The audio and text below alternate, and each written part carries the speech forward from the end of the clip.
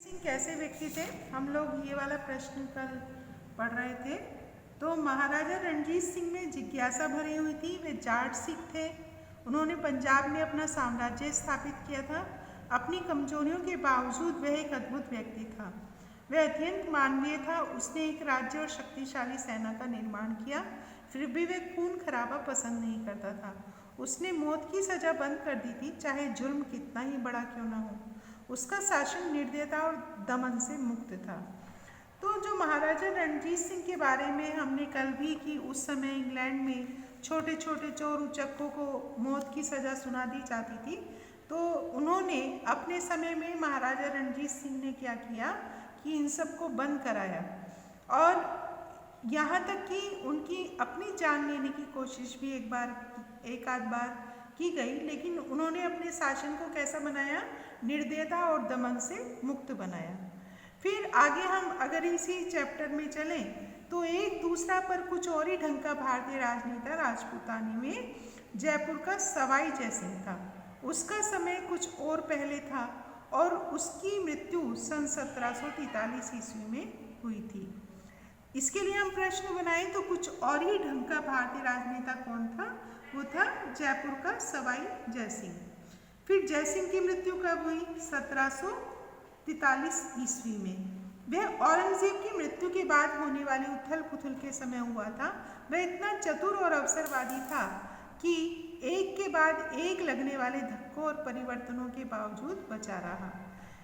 उसके समय में बहुत अधिक उसको परेशानियों का सामना करना पड़ा, समस्याओं का सामना करना पड़ा, लेकिन फिर भी वो बहुत चतुर था और अवसरवादी था और उसने उन सारे धक्कों को, उन परिवर्तनों को उसने सहन किया और अपने आप को बचाता भी रहा। वह किस प्रकार का राजा था? जयसिंह जो था वो किस प्रकार का राजा था?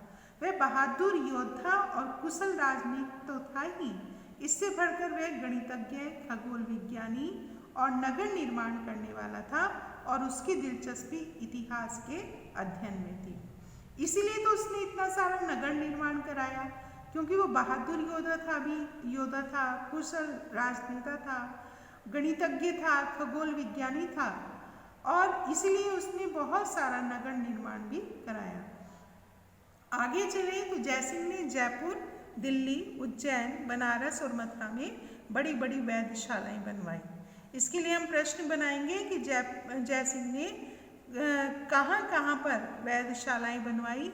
तो उसने जयपुर में, दिल्ली में, उज्जैन, बनारस और मथुरा में बड़ी बड़ी वैधशालाएं बनाई। उसने कौन सा नगर बसाया? जयपुर, जो पिंक सिटी के नाम से जाना जाता है, उसने उस नगर को भी बसाया। उसने उस समय के कई यूरोपीय नगरों के नक्शे इकट्ठे किए और फिर अपना नक्शा खुद बनाया।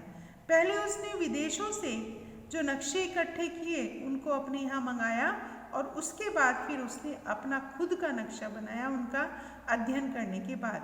इन पुराने यूरोपीय नगरों के कई नक्शे जयपुर के अजायब घर में सुरक्षित हैं। आज भी जो जयपुर का अजायब घर है वहाँ पर इन यूरोपीय नगरों के जो नक्शे हैं जो उसने मंगवाए थे वो आज भी जयपुर के अजायब घर में रखे हुए हैं।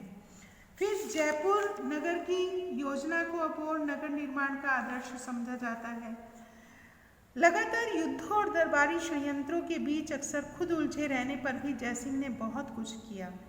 जयसिंह की मृत्यु के केवल 4 वर्ष पहले नादिर शाह का आक्रमण हुआ और भारतीय इतिहास के सबसे अधिक अंधकार में युग में, जब उथल पुथल, युद्ध और उपद्रवों से माहौल भरा था, राजपूताना के ठेठ सामंती वातावरण में जयसिंह ने वैज्ञानिक की तरह उठकर काम किया। यह बात बहुत महत्वपूर्ण है कि जब इतना उसके विपरीत वातावरण था, क्योंकि उससे 4 वर्ष पहले ही नादिर शाह ने आक्रमण किया था और भारत में बहुत मारकाट और लूटपाट की थी, लेकिन ऐसे वातावरण में भी अपने आप को संभाल करके, अपनी मनोदशा को ठीक रख करके उसने जो इतना काम किया वो बहुत बड़ी बात थी और उसने, जयसिंह ने वैज्ञानिक की तरह उठकर काम किया। यह बहुत महत्वपूर्ण बात है। फिर आगे भारत की आर्थिक पृष्ठभूमि, इंग्लैंड के 2 रूप। अपनी आरंभिक दिनों में ईस्ट इंडिया कंपनी का मुख्य काम था भारतीय माल लेकर यूरोप में व्यापार करना। कंपनी को इससे बहुत लाभ हुआ। भारतीय कारीगरों और शिल्पियों की कारीगरी इस स्तर की थी कि वे इंग्लैंड में उत्पादन के उच्चतर तकनीकों का बड़ी सफलता से मुकाबला कर सकते थे।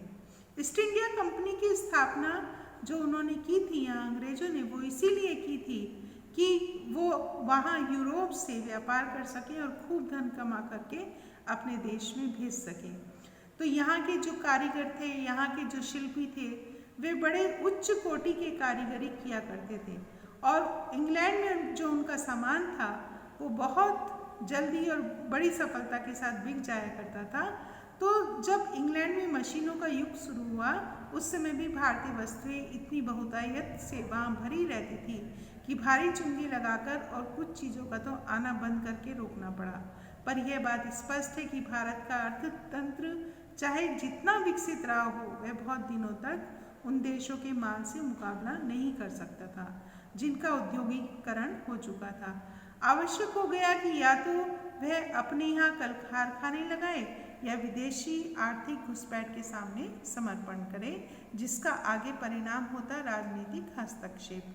हुआ यह है कि विदेशी राजनीतिक हुकूमत ने यहाँ पहले आकर बड़ी तेजी से उस अर्थतंत्र को नष्ट कर दिया जिसे भारत ने खड़ा किया था और उसकी जगह कोई निश्चित और रचनात्मक चीज सामने नहीं आई। ईस्ट इंडिया कंपनी सर्वशक्तिमान थी।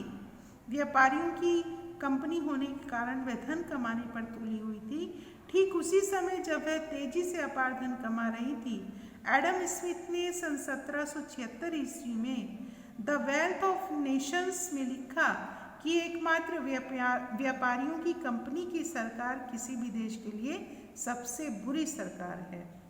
एडम स्मिथ ने सन 1776 में क्या लिखा, ये भी एक प्रश्न हमें बनाना है और इसी में आगे हम लोग उसने लिखा था कि एकमात्र व्यापारियों की कंपनी की सरकार किसी भी देश के लिए सबसे बुरी सरकार है।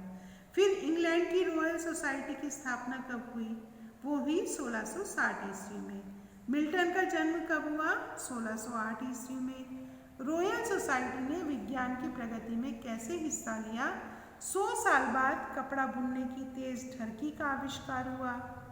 फिर एक एक करके काटने की कला, इंजन और मशीन के करघे निकले। तो ये जो था, ये 1660 ईस्वी में इंग्लैंड की रॉयल सोसाइटी की स्थापना हुई थी, जिसने विज्ञान की प्रगति में बहुत हिस्सा लिया। 100 साल बाद कपड़ा बुनने की तेज ढरकी का आविष्कार हुआ और उसके बाद तेजी से एक एक करके काटने की कला, इंजन और मशीन के करघे निकले। तो ये सारा जो आपको पढ़ कर के इस पुस्तक को बहुत ध्यान से और इसके सारे प्रश्न उत्तरों को करना है अपनी उत्तर पुस्तिका में।